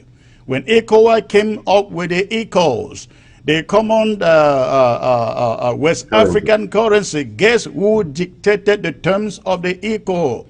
Under the influence of the Ivorians, the French. So, be it the African Union, be it ECOWAS, they essentially, they call it powerless bulldogs. Powerless bulldogs. It's a name. I give you another example. Look at what has been going on in the Cameroons. For 4 years, they've been war declared in Cameroon by the regime in French Cameroon on a part of on the southern Cameroons. You would think that the African Union will come in and say, hey, let's call a meeting and look into what is happening in this country when over 12,000 people have been killed, over 1 million internally displaced, over 100,000 living in refugee settlements in Nigeria, in Calabar, in Akwa Ibom, in the northern states also. You would think that the African Union would come in and say, let's do something, let's look into this problem. No, they have not as much as called for a hearing, not ECOWAS. And you guess why? Because the Cameroons is owned by the French. And when you have their leader at the helm of the AU, you can't do nothing. This is the grip. This is the grip that Africa has. That the French have over Africa. Well, it's rather unfortunate. I know that even the Anglophone countries, that's the English-speaking countries, many of them are still under the spell of their colonial masters. But I think this is why we need the elite. We need the educated. We need our professionals. We need our businessmen and women. We need them to come together, everybody to come together and begin to speak with one voice. I think one of the things we are not good at the moment is to get our population to reason together and to speak with one voice. And to be honest, the education system, in one way or the other, is also to blame. I have an organization which we've just formed out of the success of my video. One of the things we are planning to do is to strategize on how to reprogram the mindset of Africans. The organization is still in the formation stage. The structures are still being put together. We recognize that if Africa is to succeed in the near future, we have to have our citizens, their mindsets reprogrammed, so that we can all speak with one voice and stand firm to what we believe.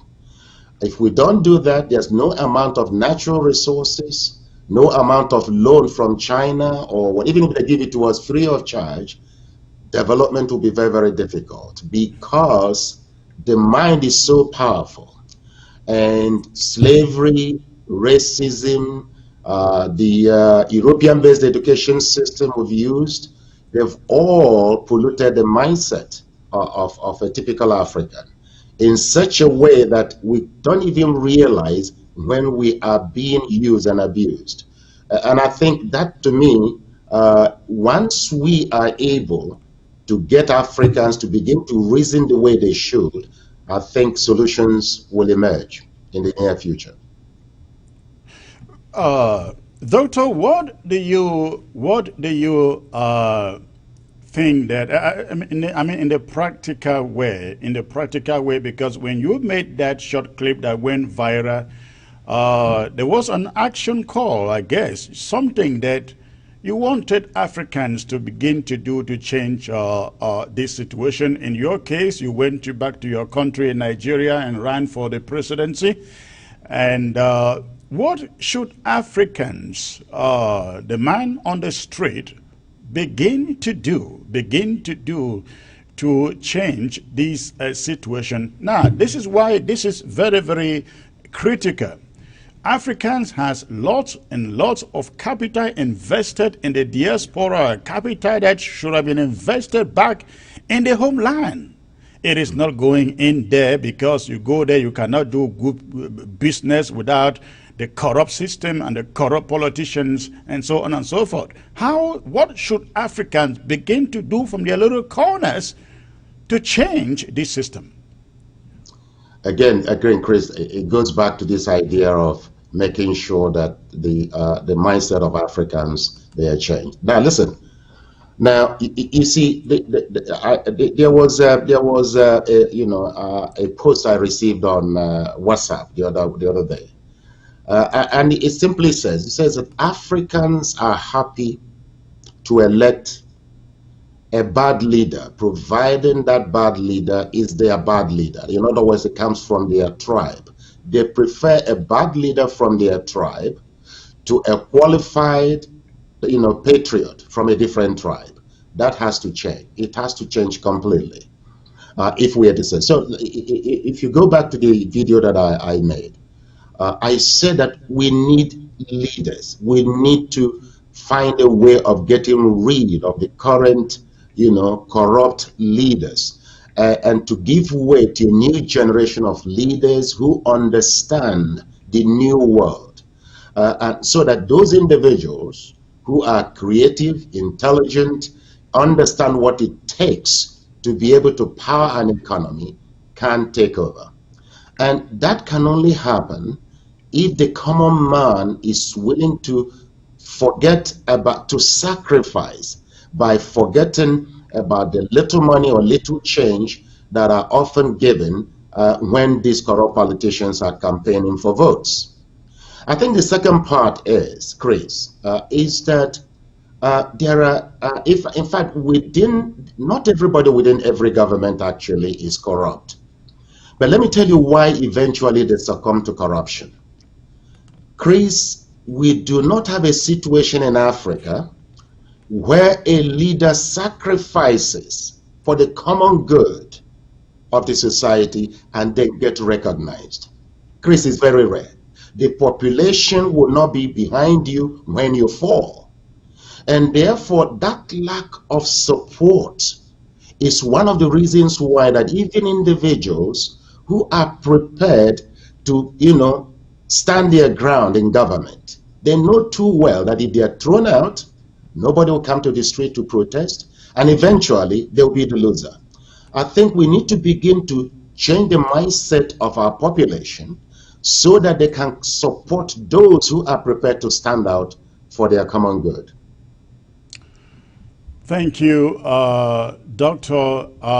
We are going to end this conversation here, but I can assure you, I will get back to you. We're going to have much more of these types of conversations until the mentality of our people, of our governance, begin to change.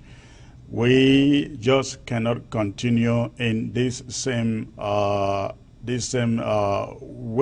where Africa is derided everywhere across the globe. And I really hope that Africans, they're listening to you, they're listening to me, they're listening to the Arikanas and so on, listening to the Professor Lumumbas of Africa.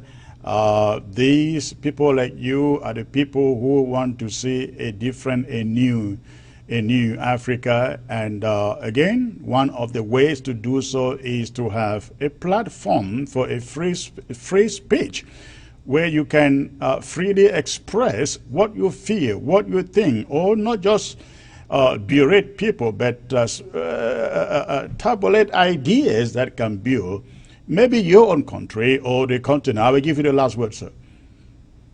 Thank you very much. Look, Chris, I want to thank you for the opportunity you've given to me, and I think you're doing a great job. It was through your program that I became aware of this Ambazonia problem. I want to tell you that I don't know, for whatever reason, it's not as widely publicized as I thought it should. And so I think you're doing a very good job to make sure that people become aware of what is going on in that region. For Africa to be free, everybody in Africa has to be free. And I want to thank you once again for the opportunity to be here this evening and to share my thoughts with you. Thank you very much, sir. Thank you, Doctor. It was a privilege having you. Hope to talk with you again. Thank you. All right, ladies and gentlemen, that was Dr. Israel Davidson joining me from London. Before I go, I just want to update you with what is happening in Bamenda. I have been told that 2 people were shot dead. 2 people were shot dead in Bamenda today by French Cameroon forces. And as I speak, there is a curfew in the town. The soldiers, the police have resolved to have people locked home throughout the rest of the week, they said. So we are asking everybody in Bamenda, please stay home, be safe, don't go out to be killed. Now, I just want to remind you of this website, africatownhall.com. africatownhall.com. This is our own Africa Facebook, ladies and gentlemen. This is our own Africa Facebook. I like you to have a feel of it. This is not different from what Facebook is all about. You can look at it there. That is my personal homepage there. You go there, you sign in, you register. You can do everything that Facebook does. Facebook does everything that Facebook does. You can carry it out on this page. You can invite friends. You can upload videos, you can upload audios, you can upload photographs, you can do live broadcasts. That is a feature we are still working on right now. Also, in the days ahead, we're going to be having the app. We're going to be having the app for the website produced out there. But we want you, ladies and gentlemen, take this out there. Let every African come here. Let us tell our story here. Let us discuss our problems here, the problems of Africa. Let us discuss them here. Maybe by so doing, we may save the continent. We may save our towns. We may save our countries. So that is the website. Go there, africatownhall.com. africatownhall.com. That is the web address on your screen. Well, ladies and gentlemen, I think that is all that I had for you today.